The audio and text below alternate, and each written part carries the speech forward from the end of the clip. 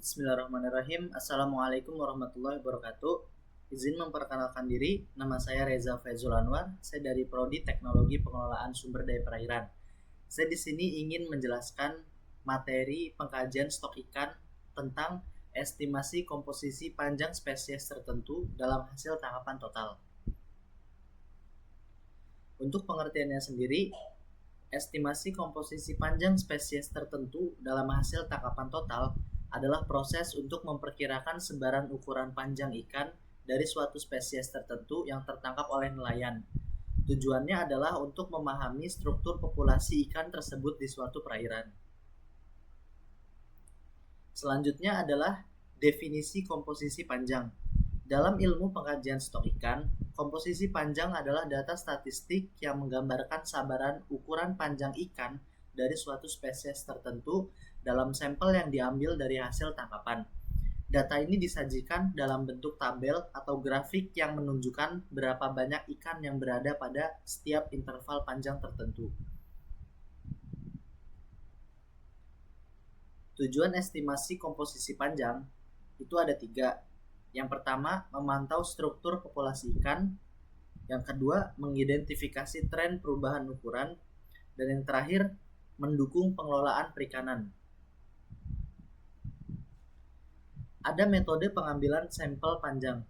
Metode pengambilan sampel panjang adalah proses pengumpulan data ukuran panjang ikan secara acak dan representatif dari hasil tangkapan di lapangan dengan pengukuran yang akurat dan jumlah sampel cukup untuk tujuan analisis stok dan pengelolaan perikanan.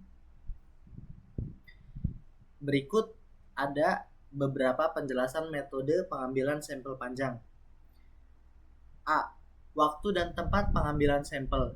Sampel diambil pada saat ikan diturunkan dari kapal penangkapan di tempat pendaratan ikan, bisa disebut pelabuhan atau pasar ikan, agar kondisi ikan masih segar dan representatif terhadap tangkapan total.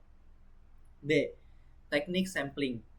Pengambilan sampel biasanya dilakukan dengan metode acak sederhana atau acak bertingkat untuk memastikan bahwa sampel panjang yang diperoleh mewakili variasi ukuran ikan dalam populasi yang nyata.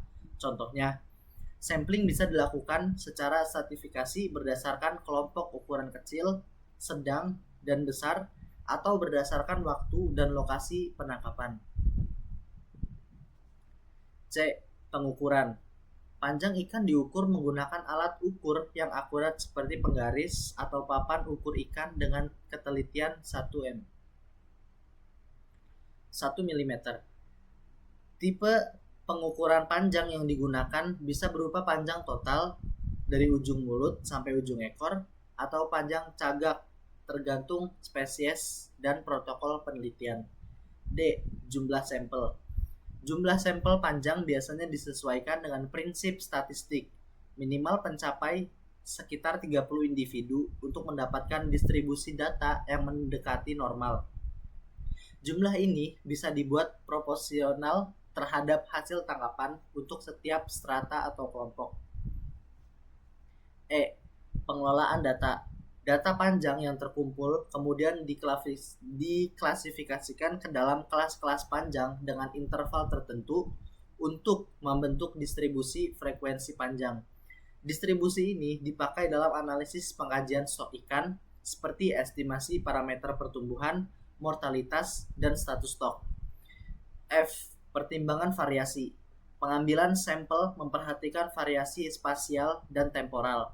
Misalnya, sampling dilakukan di berbagai lokasi penangkapan dan pada periode waktu tertentu untuk menangkap variasi panjang yang mungkin terjadi akibat perbedaan lingkungan atau musim tangkap. Ada beberapa faktor yang mempengaruhi akurasi estimasi. Ada variasi spasial dan temporal, pengaruh faktor eksternal dan biologis, dan yang terakhir kesalahan pengukuran. Sekian dan terima kasih. Mungkin itu video singkat atau materi singkat dari saya, Reza Faizul Anwar. Wassalamualaikum warahmatullahi wabarakatuh.